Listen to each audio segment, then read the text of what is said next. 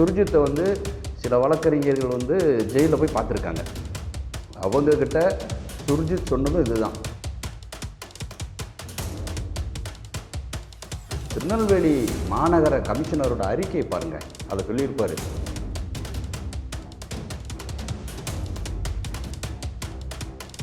சும்மா ஆணவ கொலைன்னு யாரும் அதில் சொல்லக்கூடாது. தேவையில்லாமல் பொருளையை கிளப்பாதீங்க, தேவையில்லாத விஷயங்களை வதந்திகளை பரப்பாதீங்க, போலீஸ் விசாரிச்சுக்கிட்டு இருக்கோம் அப்படின்ட்டு இருக்காங்க. அதோட அர்த்தம் என்ன? இது வந்து எங்கேயாவது மகன் செய்த தவறுக்கு பேரண்ட்ஸையோ அவருடைய ரத்த உறவினர்களையோ பழி வாங்குவாங்களா சார்? யாராவது ப்ரெஷர் பண்ணிட்டு போகிறாங்க சார், அதுக்காக அவங்க சொல்கிறவங்களெல்லாம் சேர்க்க முடியுமா?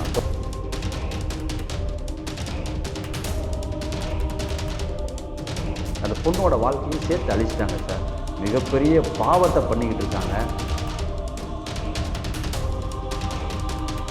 இதில் ஆணவ கொலைன்னு சொல்கிற எல்லாருமே வந்து எவனாக இருந்தாலும் என்கிட்ட விவாதம் பண்ண வர சொல்லுங்கள். இது எந்த வகையில் ஆணவ கொலைன்னு சொல்லுங்கள்.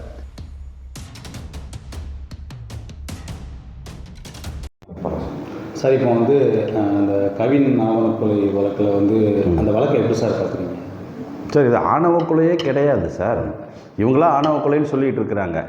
நீங்கள் அந்த பொண்ணோட பேட்டியை பார்த்தீங்கன்னா, அந்த பொண்ணோட வீடியோவை பார்த்தீங்களா? அந்த பொண்ணு என்ன சொல்லியிருக்குது? இந்த மாதிரி வந்து கவின்னு நானும் லவ் பண்ணோம்.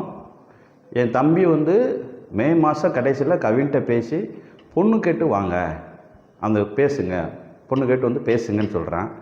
அப்போ அந்த இடத்துல சாதியை அடிபட்டு போயிடுதே, அது எப்படி சார் ஆணவ கொலையாகும்? அவன் உண்மையிலே வந்து ஜாதி வெறி பிடிச்ச பையனாக இருந்திருந்தேன், இந்த ஜாதி தான் இந்த பிரச்சனைக்கு காரணம்னா உடனே வந்து என்ன பண்ணியிருப்பேன், நேரே போய் அவங்ககிட்ட போய் அன்னைக்கே சண்டை போட்டிருப்பேன். 9 வருஷமாக லவ் பண்ணியிருக்காங்க. 9 வருஷம் அவன் சண்டை போடலை சார். 9 வருஷம் சண்டை போடல. அவங்க வீட்டில் எதுவும் பிரச்சனை இல்லை. அதே போல் இந்த பொண்ணு இன்னொரு விஷயத்தையும் சொல்லுது.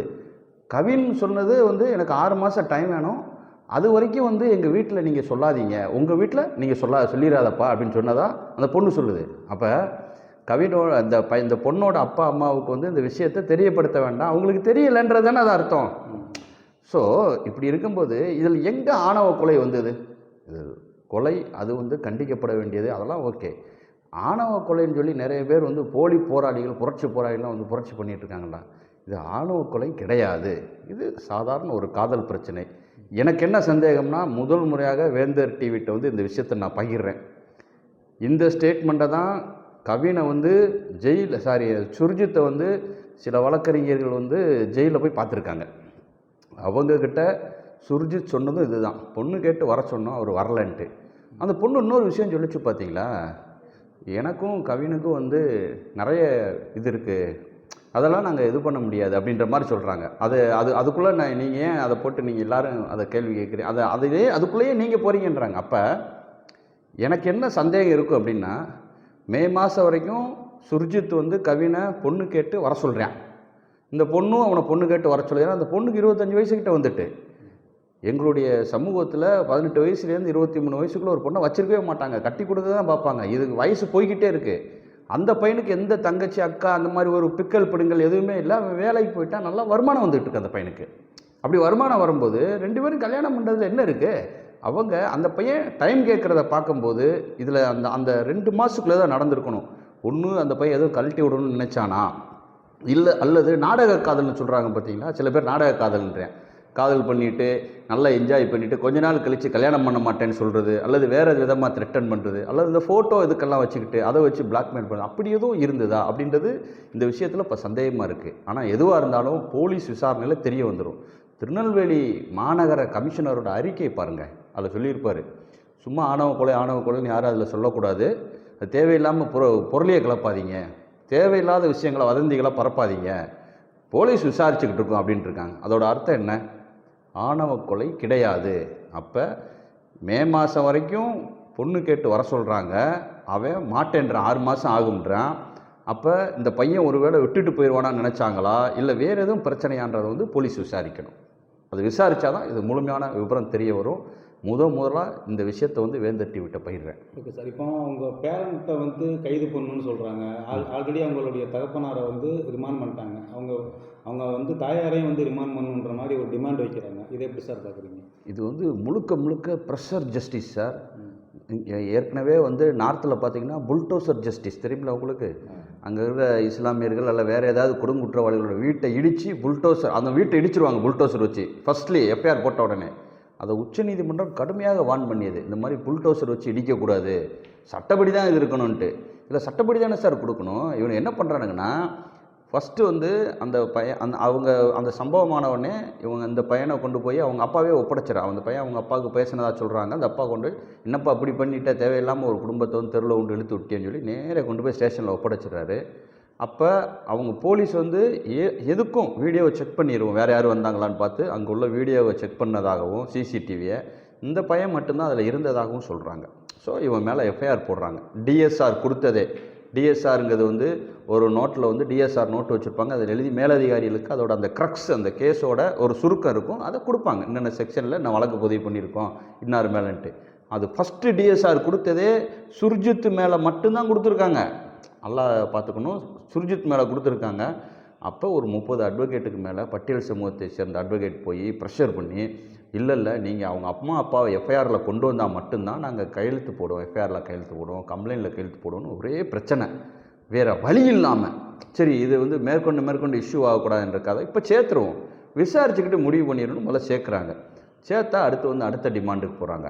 அல்ல அவங்கள வந்து நீங்கள் சஸ்பெண்ட் பண்ணால் தான் பாடி வாங்குவோன்ட்டு. வேறு வழி இல்லாமல் தமிழக காவல்துறை வந்து அவங்க 2 பேர்த்தையும் சஸ்பெண்ட் பண்ணுறாங்க. இது வந்து எங்கேயாவது மகன் செய்த தவறுக்கு பேரண்ட்ஸையோ அவருடைய ரத்த உறவினர்களையோ பழி வாங்குவாங்களா சார்? யாராவது ப்ரெஷர் பண்ணிட்டு போகிறாங்க சார். அதுக்காக அவங்க சொல்கிறவங்களெல்லாம் சேர்க்க முடியுமா? சொல்கிறவங்களெல்லாம் தண்டனை கொடுக்க முடியுமா? விசாரித்து தான் நடவடிக்கை எடுக்கணும். அவங்க ப்ரெஷர் பண்ண உடனே சஸ்பெண்ட் பண்ணுறாங்க. அப்புறம் என்ன செய்கிறாங்க, நீங்கள் வந்து அவரை கைது பண்ணணும், அம்மா அப்பாவை கைது பண்ணணுன்றாங்க. அது பாடி வாங்காமல் 2-3 நாள் பெரிய இஷ்யூவாக போகிறதுனால வேறு வழி இல்லாமல் எந்தவித அடிப்படை ஆதாரமும் இல்லாமல் அவரை வந்து சரவணன் சாரை வந்து கைது பண்ணியிருக்காங்க. கைது பண்ணி அவரும் ரிமாண்ட் ஆகிட்டார். இப்போ அடுத்த கட்டமாக அவங்க அம்மாவையும் கைது பண்ணால் தான் பாடி வாங்குவேன் டிமாண்ட் வச்சாங்க. அப்போ நிறைய எதிர்ப்பு குரல்கள் வந்து விட்டது சமூக ரீதியாக. இது வந்து தவறு, நீங்கள் வந்து அந்த பையன் கவினுக்கு நீதி கிடைக்க வேண்டும், அதில் வந்து எல்லளவும் சந்தேகம் கிடையாது. நாங்கள் கவின் பக்கமாக தான் இருக்கிறோம். ஒட்டுமொத்த தேவர் சமூகமும் இந்த கொலையை ஆதரிக்கலை. இது வந்து எதுவாக இருந்தாலும் சரி தான் சார், கொலை செய்யக்கூடாது சார். ஒரு மனுஷ உயிரை எடுப்பதற்கு யாருக்குமே ரைட்ஸ் கிடையாது. அந்த சுர்ஜித் செஞ்சது வந்து தவறு, அவன் உள்ளே போயிட்டான். அதுக்காக அவங்க அம்மா அப்பாவை இது பண்ணுறதுலாம் ரொம்ப ரொம்ப தப்பு. இதில் இன்னொரு விஷயமும் நடந்திருக்கு. அவங்களுடைய தங்கச்சி இருக்காங்கல்ல, அந்த சுபாஷினி, அவங்க வந்து அவர் போலீஸ் சொல்கிறதோ அல்லது போல் அந்த பொதுமக்கள் சொல்கிறது எப்படி இருக்குன்னா, நான் காதலிக்கலைன்னு முதல்ல சொன்னாங்க, இப்போ காதலிக்கிறேன்னு சொன்னாங்கன்ட்டு. இதுவே பிரச்சனையாகி போயிட்டுருக்கு. அவங்க தம்பி உள்ளே போயிட்டான், அவங்க அப்பா அம்மா இந்த வழக்குனால சீரழிஞ்சிட்டாங்க.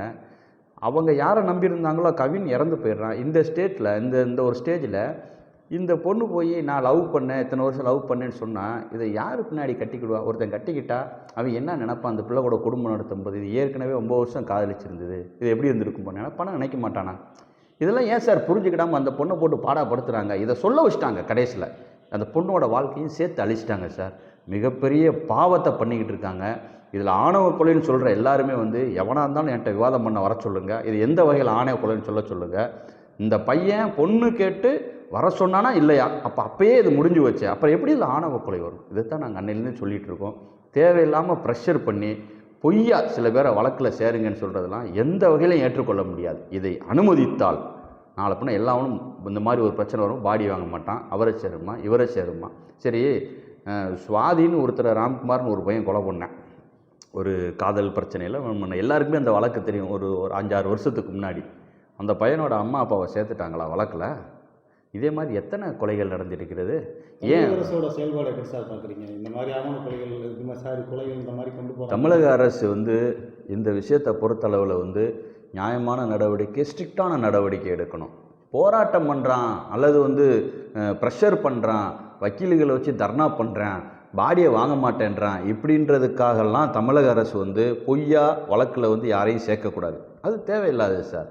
போராட்டம் பண்ணுறா சேர்க்குறதா இருந்தால் அப்புறம் நாளைக்கு எல்லாரும் போராட்டம் பண்ணுவாங்க. எஃப்ஐஆரில் வந்து அவங்க மென்ஷன் பண்ணியிருக்காங்கல்ல, அவங்க பேரண்ட்ஸ் சொல்லி தான் முதல்ல டிஎஸ்ஆர் கொடுக்கும்போது எஃப்ஐஆர் போடுறதுக்கு முன்னாடியே டிஎஸ்ஆர் கொடுப்பாங்க சார்.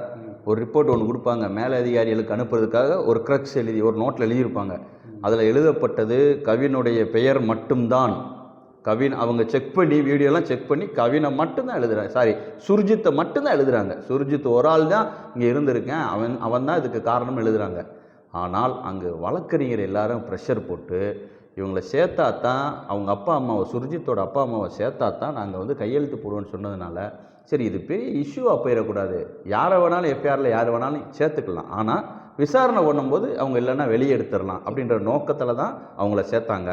இன்றைக்கி பார்த்தீங்கன்னா அடுத்தடுத்த ஸ்டேஜுக்கு போயிட்டுருக்குது. இப்போ திருமாவளவன் போய் பார்க்குறாரு, சீமான் பார்க்குறாங்க, இந்த மாதிரி அரசியல் தலைவர்கள் போய் பார்க்குறத எப்படி சார் பார்க்குறீங்க?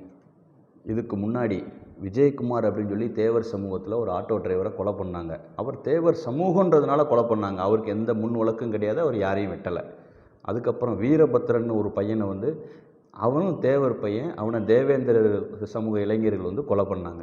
அவனும் வந்து அவனுக்கு எந்த வழக்கும் கிடையாது, வெட்டினவனுக்கு சம்மந்தம் கிடையாது, அவன் தேவர்னால அவனை வெட்டினாங்க. அதுக்கப்புறம் இப்போ சமீபத்தில் ஒரு பையனை வெட்டினாங்க, மேலச்சோல் பையனை. ஆக இப்படி தொடர்ந்து கொலைகள் நடந்துகிட்ருக்கு.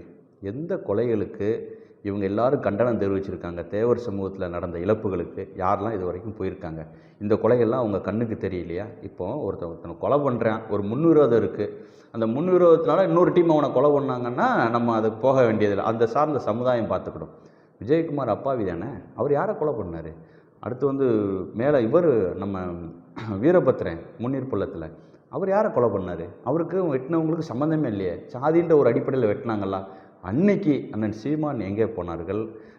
மதிப்புரிய திருமாவளவன் எங்கே போனார்கள்? இன்னும் சொல்லப்போனால் திருமாவளவன்லாம் வந்து இந்த விஷயத்தில் வந்து வர்றது வந்து வெட்கக்கேடானது. ஏன் அப்படி சொல்கிறேன் அப்படின்னு கேட்டிங்கன்னா, அங்கே இதில் என்ன சார் நடந்தது? வேங்கவே இல்லை, தண்ணியில் வந்து மலத்தை கலந்துட்டாங்கன்னு சொன்னாங்க. சிபிசியோடைய அறிக்கை எப்படி இருந்தது?